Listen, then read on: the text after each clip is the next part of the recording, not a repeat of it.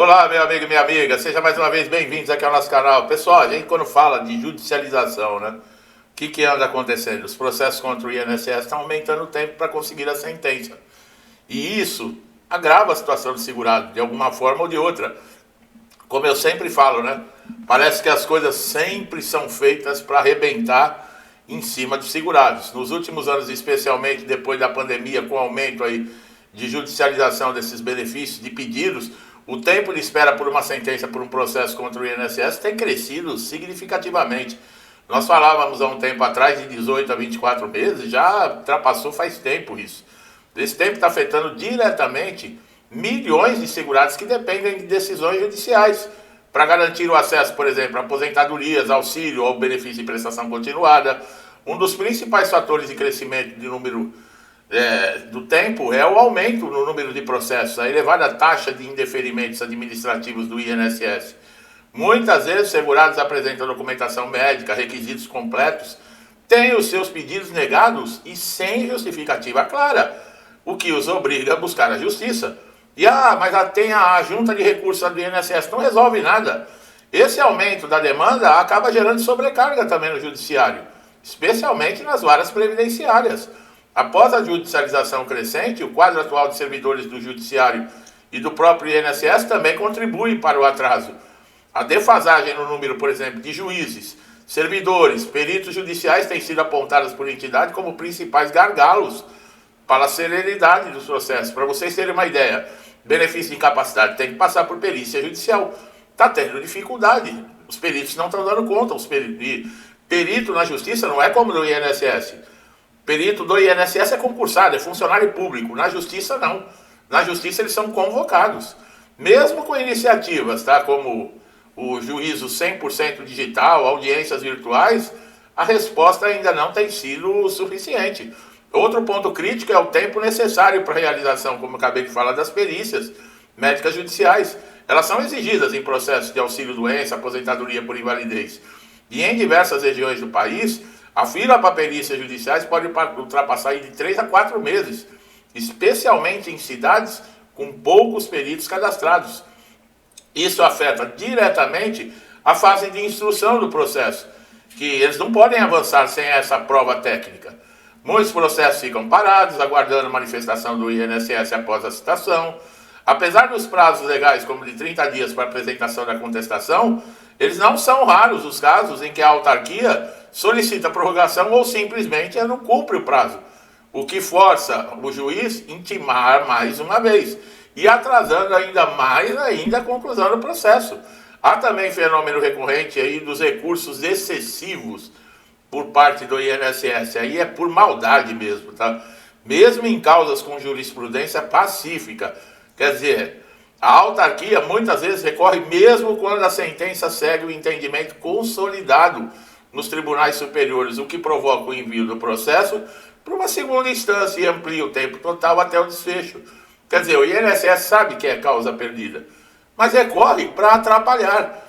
A relação com a média nacional atualmente entre o tempo do ajuizamento de uma ação previdenciária e a prolação da sentença varia entre 8 meses a 3 anos, dependendo da complexibilidade da causa, da localidade onde ela tramita.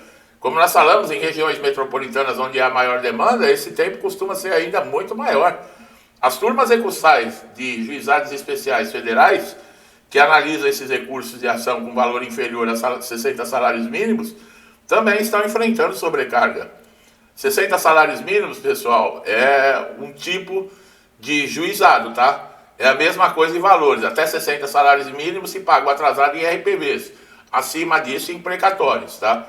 Então, isso tem dificultado julgamentos rápidos, está aumentando o tempo médio do trânsito em julgado, das decisões, especialmente nos casos onde há divergência de entendimento entre os juízes.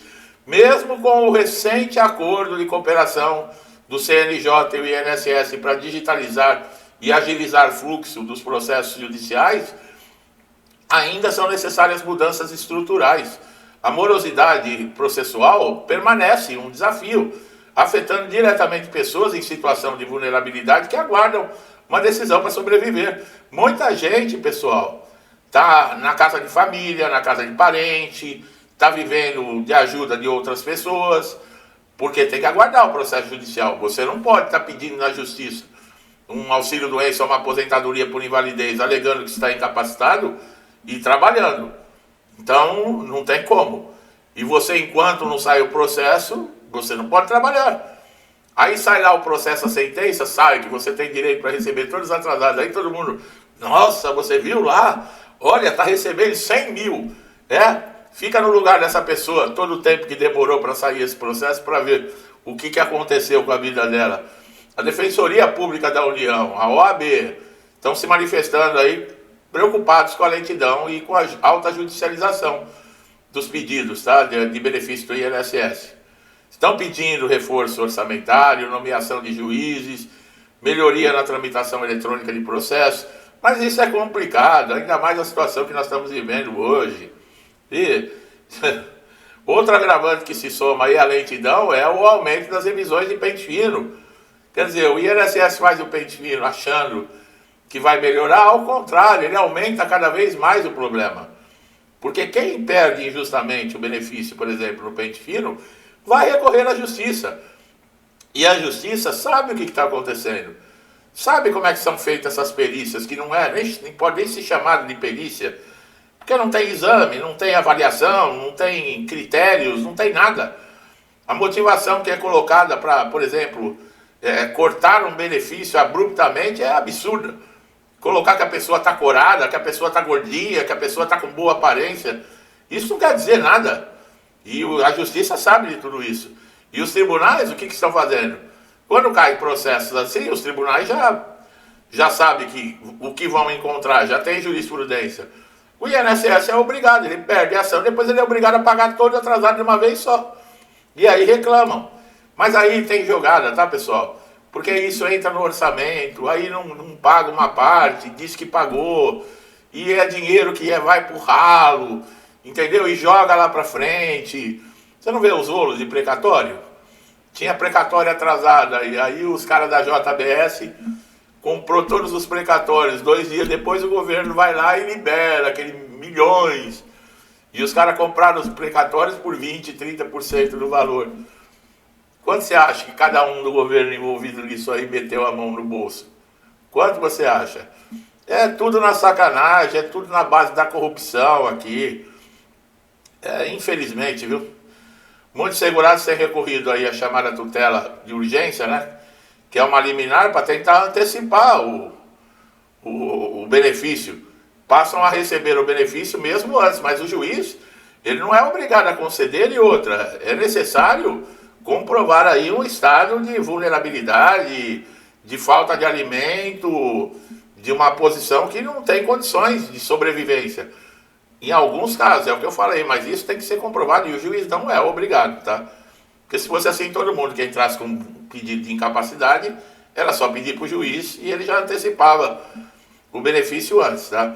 Em casos aí, por exemplo, que são idosos, pessoas com deficiência, com algum problema crônico, tem preferência, tá? Tem prioridade, mas a quantidade de pessoas é tão grande que o valor das ações, o volume das ações, né, supera a capacidade de julgamento.